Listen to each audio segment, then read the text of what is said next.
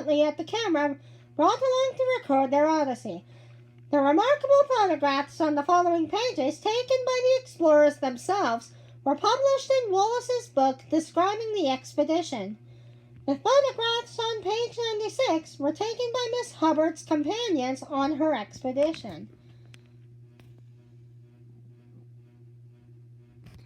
This is Leonidas Hubbard Jr. And this is Dylan Wallace.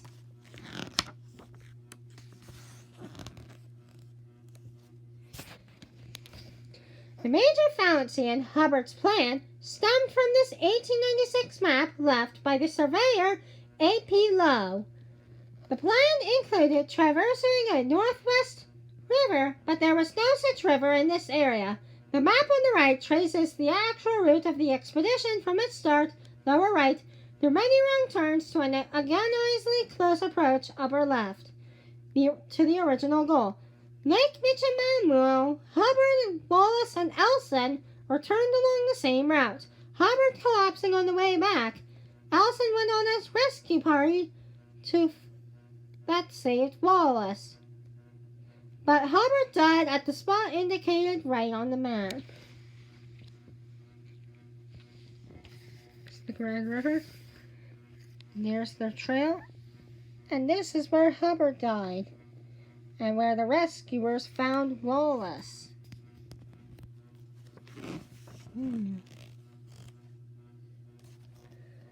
After missing the river that Hubbard aimed for, the explorers found themselves on a stream that dwindled into rapids.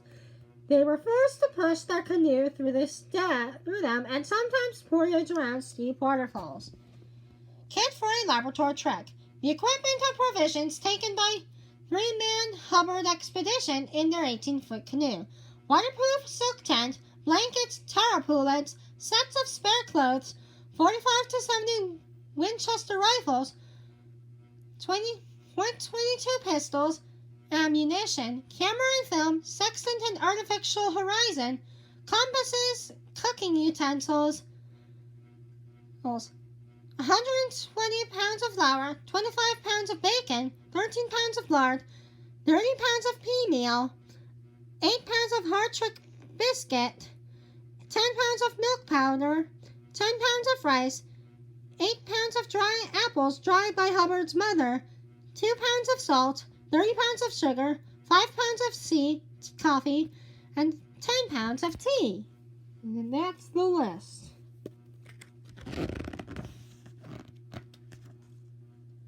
Lake Hope was the name Hubbard gave to his body of water that he believed to be the bay leading to Lake Michimacomo. The lake turned out to be misnamed. It had no connection to Lake Michigamme. This is Lake Michigamme.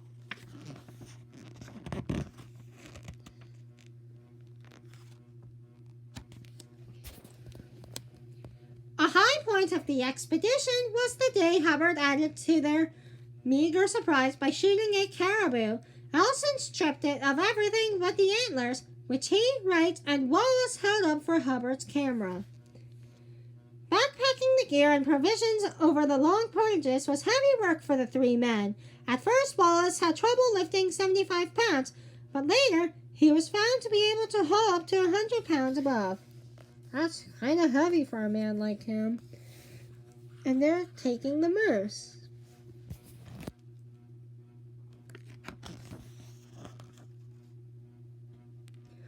On the way back, Hubbard became so exhausted that he stumbled and fell, could not carry the share of the load. He frequently had to rest along the trail above. Wallace and Elson finally left him in his tent and went on for help. Oh, poor man.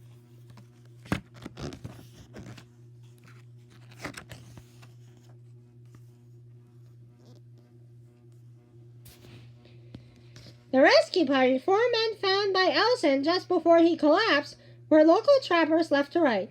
Gilbert Blake, Duncan McLean, Alan Gowdy, and Donald Blake. They located Wallace on the point of death, but were too late to save his friend Hubbard. And this is the rescue party.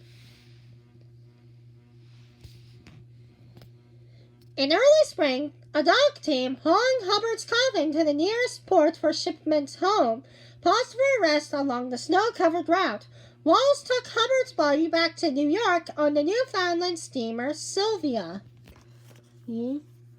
All the dogs. Hubbard's widow, Mina, retraced his route 2 years later.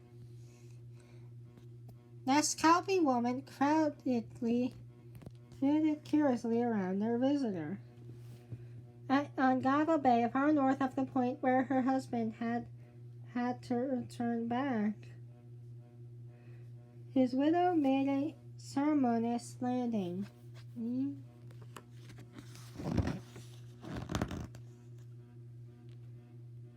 The beach at Boise Bay. Wolf tracks in the sand.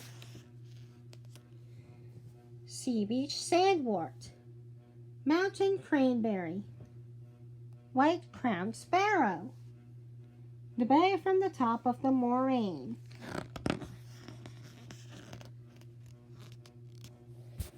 A blowout in the bush. Labrador tea blossoms.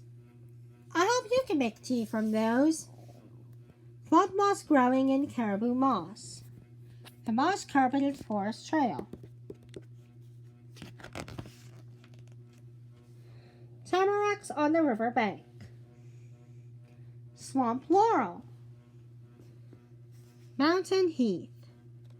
False strawberry. Speckled trout. Waves and mist at the waterfall.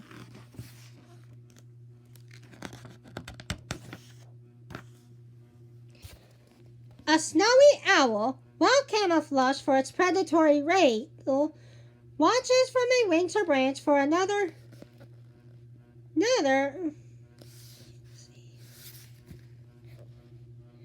tender vole, or leaving to emerge from a passageway beneath the snow. Unlike most other owls, this particular species hunts by day as well as night. This is a snowy owl.